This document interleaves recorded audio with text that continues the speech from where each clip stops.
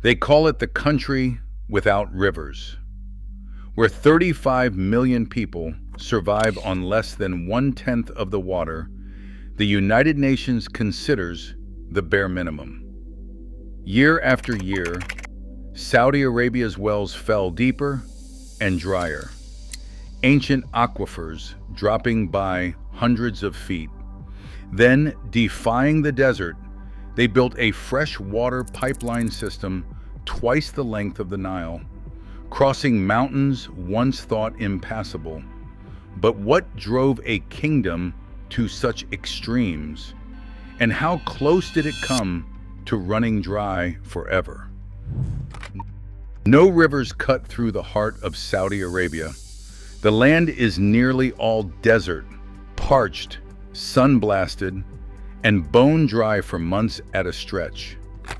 Rainfall, when it comes, vanishes into wadis that flow for hours or days, then fade to dust.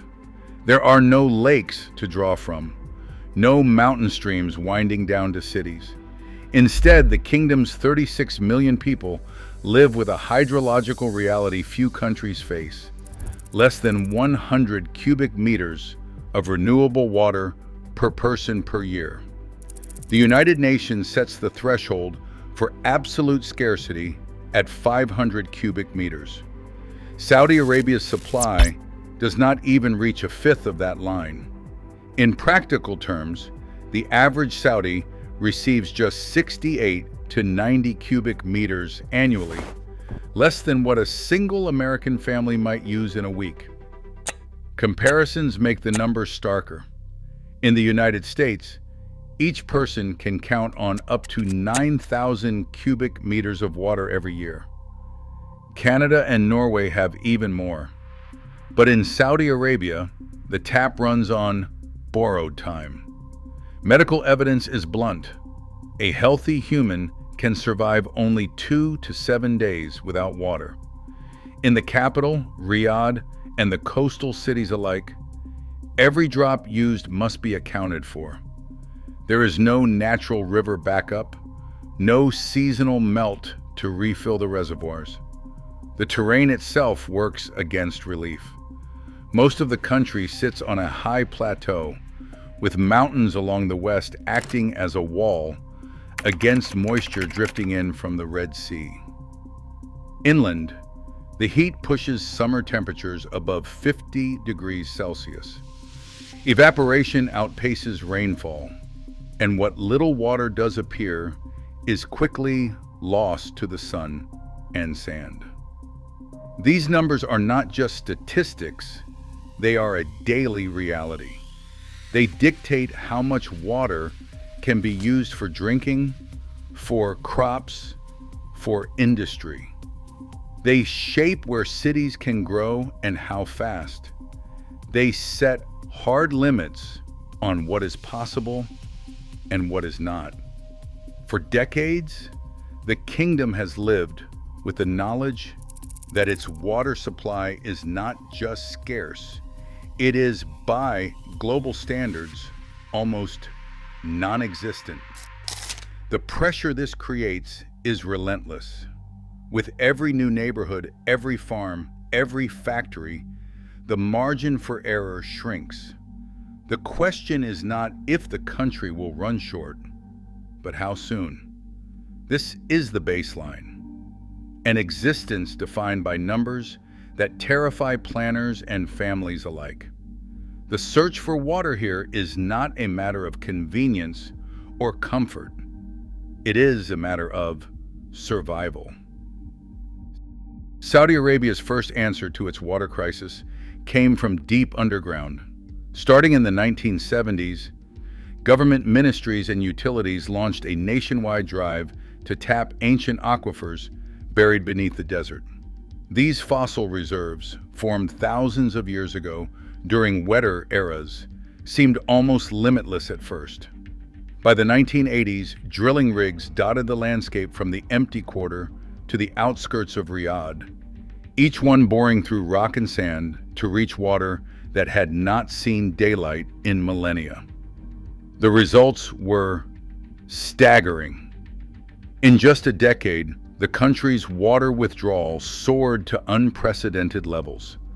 By 1992, Saudi Arabia was pumping an estimated 7.5 trillion gallons of groundwater each year, enough to fill more than 27,000 Empire State Buildings. This surge fueled a boom in irrigated agriculture, especially wheat, turning parts of the desert green and briefly making the kingdom one of the world's leading wheat exporters. The hope was that technology and determination could overcome nature's limits. But the math behind the miracle was unforgiving. Unlike oil, which forms over millions of years and can sometimes be replaced by new discoveries, fossil water in these aquifers does not replenish on any human timescale. Every gallon pumped out was gone for good. Engineers and hydrologists began to sound alarms as monitoring wells recorded dramatic drops in water tables. In some regions, aquifer levels fell by nearly 500 feet in just 25 years.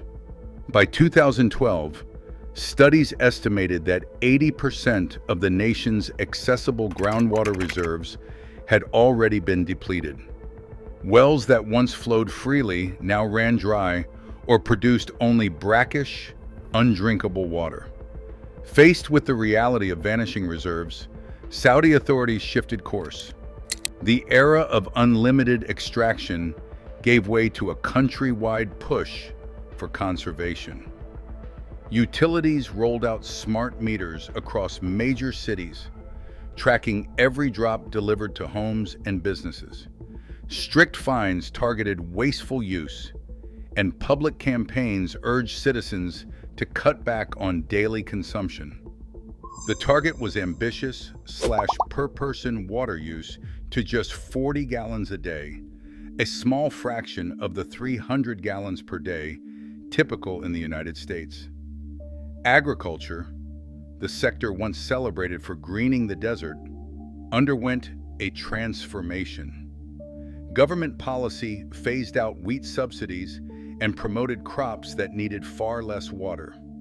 Farmers adopted drip irrigation and soil moisture sensors to stretch every gallon further. Greenhouses replaced open fields in many areas, and water-thirsty crops gave way to more sustainable alternatives. By 2020, these combined efforts achieved what once seemed impossible. National water consumption dropped by nearly 40%. The country's cities and farms learned to survive on much less. But even with these hard-won gains, the underlying challenge remained. Conservation could slow the countdown, but it could not reverse the depletion of the aquifers. With a growing population and a climate that offered no relief, Saudi Arabia stood at a crossroads. The search for a new, sustainable water source was no longer optional. It was a matter of national survival. Seawater, once an obstacle, now flows into a network that ranks among the world's largest marvels of engineering. Along the Red Sea and Arabian Gulf, dozens of major desalination plants run day and night, transforming saltwater into the lifeblood of a nation that nature left dry. Saudi Arabia's state utility operates about 33 large desalination plants, with dozens more run by private and industrial operators. In total, these facilities produce 2 billion gallons of fresh water every day, more than any other country on Earth. That output is enough to fill more than 3,000 Olympic swimming pools every sunrise. And it is only possible because of a relentless expansion in capacity over the last 2 decades. This is not just a matter of numbers. Saudi Arabia provides nearly 1/10 of the world's total desalinated water, a share unmatched by any other nation. The kingdom's coastal belt has become a corridor of industrial complexes, each one drawing in seawater, stripping out the salt, and sending fresh water inland through a buried grid of pipes. The scale is staggering. The entire Gulf region supplies about 1/3 of the planet's seawater desalination capacity, and Saudi Arabia stands at the center of this network, both in output and ambition. At the heart of this system stands Ras Al Khair, a facility on the Gulf Coast that embodies the country's approach to water security. Ras Al Khair produces 264 million gallons of fresh water every day. That is enough to meet the daily needs of almost 2 million American households, or to supply a city the size of Houston with water for weeks at a stretch. The plant's operations are powered by a 2,400 megawatt generator, about the same as 2 nuclear reactors running full tilt. Here, seawater is heated, vaporized, and condensed in vast steel chambers, or forced through high-tech polymer membranes that filter out 99% of the salt. The result is a continuous stream of drinking water, piped hundreds of kilometers to cities and towns far from the coast. Engineers at Ras Al Khair manage a blend of old and new technologies. Multi-stage flash distillation towers, each as long as a football field, work alongside banks of reverse osmosis membranes, allowing the facility to adapt to changing demand and water quality.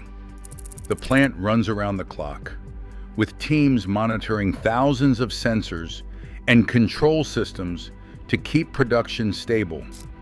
Every drop produced here is tracked, tested, and dispatched to the national pipeline grid, ensuring that even the most remote communities receive a reliable supply. The achievement is not just in the volume produced, but in the reliability of delivery. In a country where rainfall is rare and rivers are non-existent, the ability to generate and move billions of gallons of water daily is nothing short of transformative. The Ras Al Khair complex and the broader desalination network have turned the Persian Gulf and the Red Sea into lifelines for the interior, making possible the growth of cities, industry, and agriculture in places that would otherwise be uninhabitable. The numbers, gallons, megawatts, kilometers, are impressive, but the true impact is measured in the lives sustained and the futures made possible by water that begins as seawater and ends as a drink at the tap. Reverse osmosis changed the game for Saudi water. In the early days, multi-stage flash distillation with huge steel tanks heated with oil or gas dominated the coastline. These plants lasted decades and could handle just about any feedwater, but they devoured energy. For every cubic meter of fresh water, thermal systems used more than twice the energy of modern alternatives. As fuel costs rose and cities like Riyadh swelled past 7 million people, engineers needed something leaner. Reverse osmosis offered a solution. Instead of boiling seawater, reverse osmosis uses high-pressure pumps to force it through polymer membranes, filtering out over 99% of salt and minerals. The process is less forgiving. Membranes foul if not carefully maintained, and feedwater must be pre-treated, but the energy savings are dramatic. Modern Saudi reverse osmosis plants can run at just 2.5 to 4 kilowatt hours per cubic meter, about half the energy of legacy thermal plants. Nationwide, 2/3 of urban water now comes from reverse osmosis. But every technological leap comes with a trade-off. For every liter of fresh water produced, up to 1.5 liters of concentrated brine must be dealt with. In the Red Sea and Arabian Gulf, this dense, salty waste, often warmer and laced with treatment chemicals, settles near outfalls. Studies show localized spikes in salinity and temperature, with coral and seagrass beds under stress. Fish populations thin out near some discharge points, and marine biologists have documented changes in benthic communities. The damage is not uniform or catastrophic along every stretch of coast, but the risks are real and mounting. Marine engineers have responded with new mitigation strategies. Deep-sea outfalls equipped with multi-port diffusers inject brine into fast-moving currents, diluting it more quickly and spreading the impact over a larger area. Offshore pipelines carry waste farther from sensitive habitats. Research teams are also exploring brine mining, extracting magnesium, potassium, and even trace metals before the rest is discharged. The hope is to turn a waste stream into a resource, reducing both environmental burden and economic cost. The need to move water far from the sea shaped every aspect of the distribution system. Riyadh, perched high on the central plateau, depends on a web of enclosed pipelines stretching hundreds of kilometers from the Gulf and Red Sea. Open canals would lose too much to evaporation and invite contamination, so only sealed, pressurized pipes could carry enough water across the desert and up mountain passes. The main transmission lines serve as artificial rivers, buried beneath dunes and blasted through rock, with massive pumping stations spaced along the route to overcome gravity and friction. Each segment is engineered for durability, with materials and joints specified to survive decades of heat, pressure, and shifting ground. The result is a system that balances efficiency, scale, and environmental risk. Reverse osmosis has made it possible to supply a booming population with less energy, but it has also forced planners to confront the hidden costs of progress. As Saudi Arabia's engineers refine brine management and pipeline design, the story of the kingdom's water is no longer just about making the desert bloom. It is about learning to live with the consequences of bending nature to human need. Desalinated water doesn't just trickle across Saudi Arabia. It surges inland through one of the largest engineered lifelines on the planet. From the Red Sea and Gulf coasts, a web of high-pressure pipelines stretches for thousands of kilometers, crossing open desert and climbing mountain passes that rise nearly 3,000 meters above sea level. These artificial rivers are buried beneath shifting sands and blasted through granite ridges, their steel and concrete arteries carrying water to cities that have never seen a natural stream. The sheer scope is staggering. Engineers and commentators often compare the network's total reach to several Nile rivers laid end to end, a metaphor for a system whose true length is measured in the tens of thousands of kilometers. Each main line can run hundreds of kilometers between pumping stations, with branches radiating out to serve distant towns and industrial zones. The journey isn't easy. Water is pushed uphill against gravity, with massive pumps working in relay to overcome the elevation of the interior plateau. At the receiving end, the scale remains breathtaking. Around Riyadh, enormous covered reservoirs, some of the largest of their kind, hold close to 1 billion gallons of fresh water in reserve. These tanks, recognized by industry groups as among the world's biggest, provide a crucial safety buffer for the capital's millions of residents. On peak days, the entire system can deliver billions of gallons, enough to match the daily water use of a United States state like Texas. Operators in control rooms monitor flows and storage levels around the clock, coordinating a supply chain that never sleeps. In a land without rivers, this buried network has become the nation's true waterway, sustaining life from coast to capital. Every drop of water pumped from the coast to the heart of Saudi Arabia carries a hidden price tag: energy. Desalination and pumping together account for about 9% of the nation's entire electricity use, roughly as much power as 20 million American homes would draw on a sweltering summer day. Thousands of pumping stations work day and night to overcome gravity, friction, and the steep climb from sea level to the high plateau.